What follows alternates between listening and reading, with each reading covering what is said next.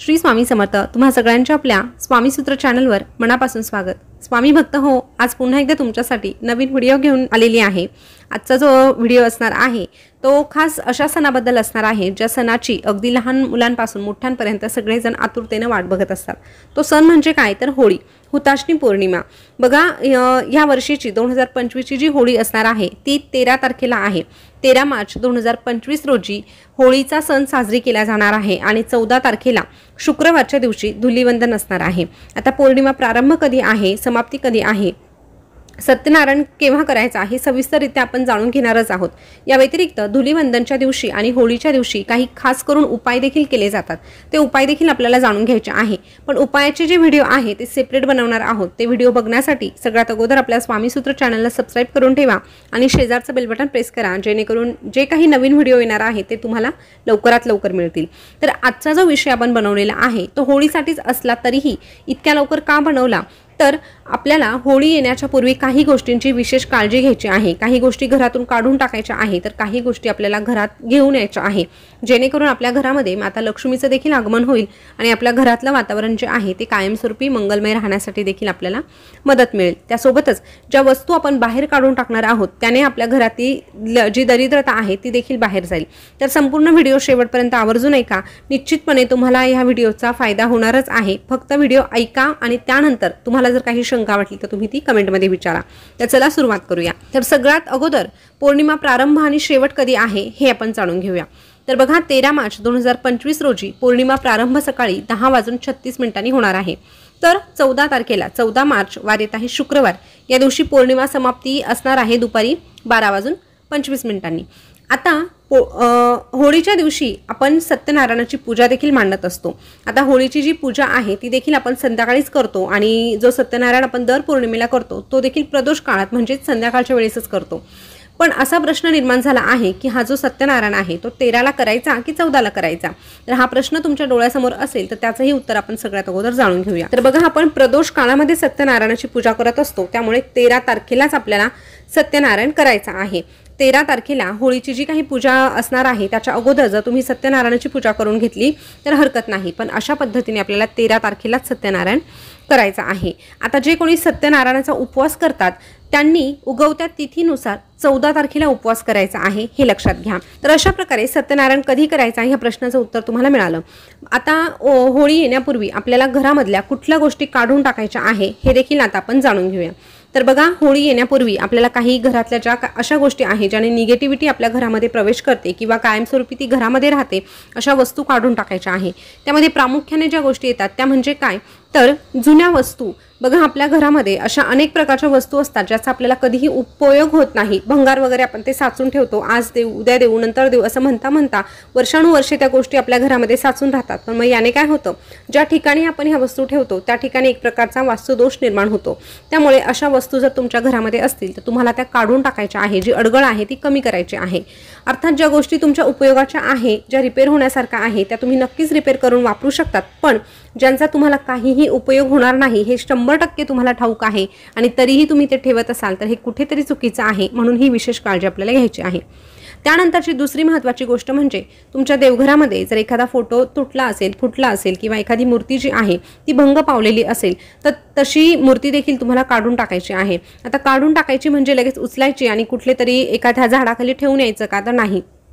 बऱ्याच ठिकाणी तुम्हाला रस्त्यावर बघायला मिळतं की अनेक जण आपल्या घरातले जे फोटो आहे त्यांची काच वगैरे फुटते किंवा मग एखादी मूर्ती भंग पावते, मग ते एखाद्या झाडाखाली नेऊन ठेवतात। पण हे अक्षरशः चुकीचं आहे, कारण जेव्हा आपण त्या ठिकाणी नेऊन ठेवतो तेव्हा त्या ठिकाणी स्वच्छता नसते, ऊन वारा पाऊस या सगळ्या गोष्टी त्या ठिकाणी होत असतात आणि आपण आपल्या घरातील मूर्ती काढून त्या ठिकाणी जर ठेवत असू तर आपल्याला हा खूप मोठा दोष लागत असतो। आपल्याला असं वाटतं की आपण आपल्या घरातून मूर्ती काढून टाकली म्हणजे आपण सुखरूप बाहेर पडलो, पण हे बघा अजून आपण आपल्या मागे दोष लावून घेत असतो।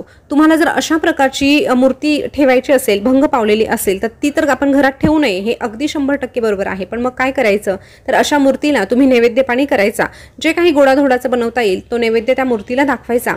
त्यानंतर मनोभावे तिची पूजा केल्यानंतर प्रार्थना करायची आणि मूर्ती भंग पावल्यामुळे ही मूर्ती मी बाहेर काढत आहे, पण जे देवाचं जे काही दैवी तत्व आहे ते माझ्या घरामध्येच वास्तव्य करणार आहे। मी फक्त ह्या मूर्तीचे विसर्जन करत आहे, पण जे दैवी तत्व आहे ते कायमस्वरूपी माझ्या घरातच राहणार आहे आणि राहू द्या अशी त्या देवाकडे प्रार्थना करायची आणि त्यानंतर ही जी मूर्ती आहे ती वाहत्या पाण्यात विसर्जित करायची आहे।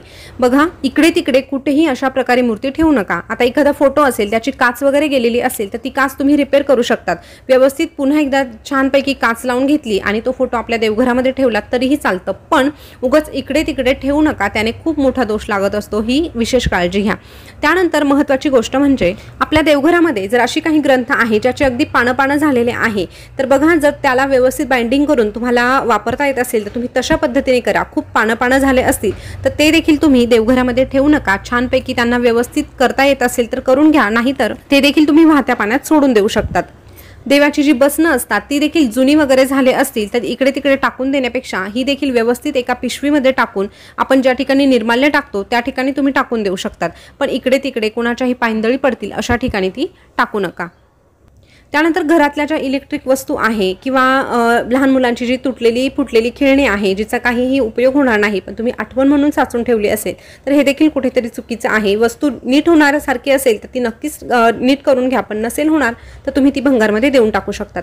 या व्यतिरिक्त आपल्या घरामध्ये जर जुने कपडे साचलेले असतील जी तुम्हाला येणार नाही पण तरीही तुम्ही ते ठेवलेले आहेत, तर बघा असे चांगले कपडे जर तुमच्याकडे असतील तर ते छान धुवून व्यवस्थित इस्त्री करून गरजू व्यक्तीला देऊ शकतात, जी व्यक्ती ते कपडे वापरू शकते, पण त्यामध्ये फाटलेल्या कपड्यांचा समावेश नसावा। वापरण्यासारखे असतील तर तुम्ही कोणाला तरी द्या, फाटलेले असतील तर तुम्ही ते सरळ घंटागाडीमध्ये टाकून द्या, पण ते तुम्ही घरामध्ये अडगळ म्हणून साचून ठेवू नका। त्यानंतर रद्दी असेल किंवा मग जुनी पुस्तकं असतील जी तुम्ही वर्षानुवर्षे झाले पण उघडूनही पाहिली नाही, अशी पुस्तकं देखील आपल्याला घरामध्ये ठेवायची नाही। चांगली बोध घेणारी पुस्तकं असतील तर नक्कीच तुम्ही त्याचा वापर करा, वाचन करा, पण उगाच अडगळ जर तुमच्या घरामध्ये होत असेल तर अशी कुठलीही वस्तू तुमच्या घरामध्ये तुम्ही ठेवू नका। आता घरामध्ये काय ठेवायचं नाही याविषयी आपण जाणून घेतलं, पण होळी येण्यापूर्वी आपल्याला घरी काय घेऊन यायचं आहे हे देखील जाणून घेऊया। तर त्यातली सगळ्यात पहिली आणि महत्त्वाची गोष्ट येते ती म्हणजे श्रीयंत्र। आता अनेक स्वामी भक्तांच्या घरी श्रीयंत्र आलेलं आहे, पण क्वचित कुणाकडे अजूनही नसेल तर तुम्ही लवकरात लवकर ते श्रीयंत्र घेऊन या आणि होळीच्या दिवशी, पौर्णिमेच्या दिवशी आपल्या घरामध्ये त्याची स्थापना करा।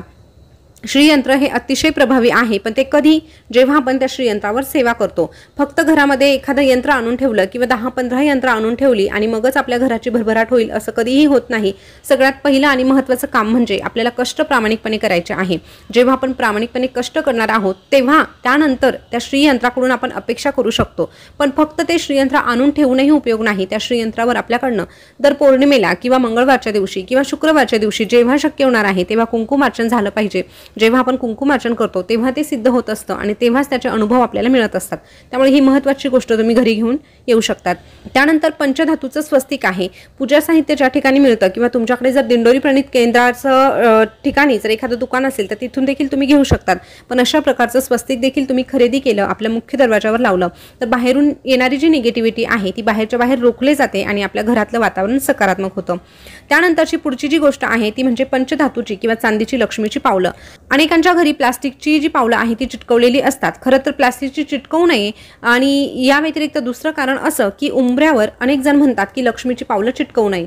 काही अर्थाने ते बरोबर आहे, कारण त्या पावलांवर आपला सातत्याने पाय पडतो। कधी कधी जाणून बुजून कोणीही करत नाही, पण कधी कधी आपल्या अनावधानाने त्या पावलांवर पाय पडतो आणि लक्ष्मीचा अपमान होतो। आपण व्यवस्थित काळजी घेऊन जर ती पावलं चिटकवणार असू तर लावायला हरकत नाही, पण ती लावताना तुम्ही प्लास्टिकची घेण्याऐवजी त्यामध्ये तुम्ही चांदीची घेऊ शकतात किंवा पंचधातूची घेऊ शकतात। अशा पद्धतीने तुम्ही ती पावलं देखील घेऊ शकतात, पण लावल्यानंतर त्याच्यावर पाय पडणार नाही ही विशेष काळजी मात्र आपल्याला घ्यायची आहे, नाहीतर मग आपण रांगोळीने देखील दररोज काढू शकतो।